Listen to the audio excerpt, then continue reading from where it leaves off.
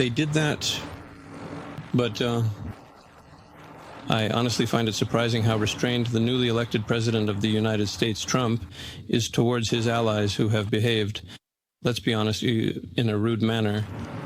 He still behaves quite intelligently in their relationships, but they are not shutting themselves off from it. Because if we are talking, about the Ukrainian settlement, the United States is working with its European allies. Mr. Kellogg, as far as I know, is currently in Kiev before that he dated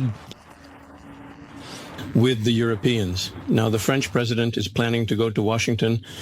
Это делали. Но я вообще, честно говоря, удивляюсь на сдержанности вновь избранного президента Соединенных Штатов Трампа в отношении своих союзников, которые вели себя подобным, прямо скажем, хамским образом. Он еще достаточно интеллигентно себя ведет в их отношениях. Но они не закрываются от этого. Ведь если мы говорим об украинском урегулировании, Соединенные Штаты работают со своими европейскими союзниками. Господин Келлог, насколько мне известно, сейчас в Киеве находится, да?